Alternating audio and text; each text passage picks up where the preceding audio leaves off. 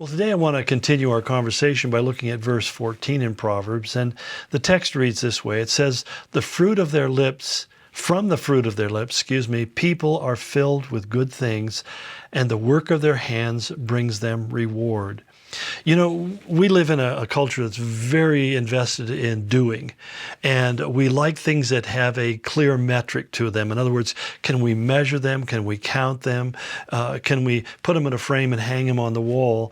And we like those kind of things that have kind of that tangible material declaration about them of saying, you have done X, Y, Z. And that's understandable. We like to say that we worked with our hands or our skills and we have the consequence of it. But one of the things I think oftentimes don't recognize is that there's also the fruits of our lips, not just the fruits of our labors, but the fruits of our lips. And the fruits of our lips, obviously, are the things that we say, but also realizing that the things that we say are usually very impactful. We used to say when I was a kid, because kids would get in fights and arguments and they call each other names and so forth. At least we did in my misspent youth. And it was interesting because we used to always say, sticks and stones may break my bones, but words will never hurt me. And I found very early in life that wasn't really true. That was just a defense mechanism. But the truth of the matter is, those words hurt a great deal. And I also discovered that when people give you good words, when they say things to you that are kind, that are encouraging, that are thoughtful, those things are really important because most importantly, you may feel like you have an ally, that you're not going through life all alone, but there's somebody who is there in your life. And that's why I found that when people come and ask me questions, a lot of times people say, I'm sorry to interrupt you or take the time or so forth, but I have this problem. And if I am able to, I like to be able to share with them something that I feel will help them, give them insight, clarity, and will upbuild them in their walk with God, encourage them to continue pursuing God. And I even find that after I've done that, I like to check back with people. I see them at church or some other place saying, well, how is that situation coming along? How is God working in your life? I ran into a gentleman in our church at Trader Joe's, and he was telling me he had so serious back issues going on and the pain and all that stuff that he was going through. And I prayed for him. And then I saw him at church and I said, how is it going? And he said, well, God has really helped me a lot. It's a lot better and so forth and so on. I mean, I don't want to make that sound bigger than what it is, but the reality is that it's just nice when you realize that people do remember what you've shared with them and that you are praying for them and that they're not facing the issues they're dealing with in their life all by themselves.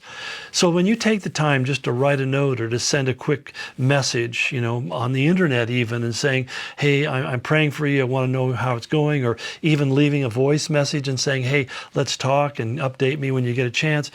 All those kind of things are really, really important. They're the fruits of your lips, but they're things that really help people know that you're there and they're not alone and they're heard.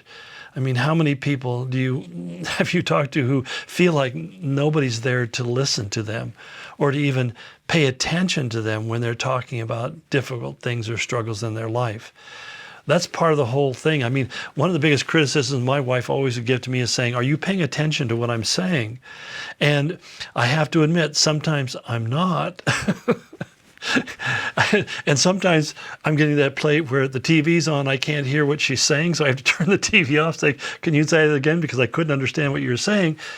But you see, as inconvenient that may be for all of us, it's important to say that whatever comes out of your mouth has a value to me, and therefore I want to be able to hear what you have to say and understand what you're saying because you value to me and you make a difference in my life. And that's so important, I think, when we make those kind of connections. And that's the problem with living in a screen-obsessed world where everything is on a screen, even like this conversation right now. That I hope that you're able to benefit and feel like somehow we're connecting, but at the same time, I hope you have someone that you can sit down and share this with, and you can have a conversation about these things as well. Because that's really what I think, impresses those things in our lives in a deeper way. And, I think the Holy Spirit can help us to have kind of a conversation, although we're not really having a conversation. It really is a monologue, but you're listening. But I've had those times where I've sat and listened to somebody teaching, and I thought, man, it's like they're speaking directly to what I'm going through right now in this moment. I know that I'm having a conversation, not so much with them, but I'm having one with God. That the Holy Spirit is so aware of what's taking place and what I'm dealing with in my life, that he's speaking right into my heart in that moment. And those are profound moments, aren't they? They're life-changing moments. They're moments that just go, they can be defining moments for us.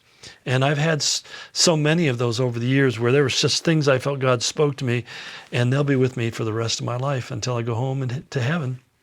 And I think that's where we realize that we can have a tremendous impact on other people by just simply sharing with them good things, good words, encouraging words, even corrective words, where it's said with love. We speak the truth in love. We may have to correct somebody about something, but we're also saying it not just simply to straighten them out and put them in their place, but to do it in a way that says to them, you know, I know that God can help you overcome this, and I want you to know that I'm willing to walk with you until God gives you victory over this. You're not alone. It's a powerful dynamic in anybody's life. Well, God bless you. We'll continue tomorrow. Take care.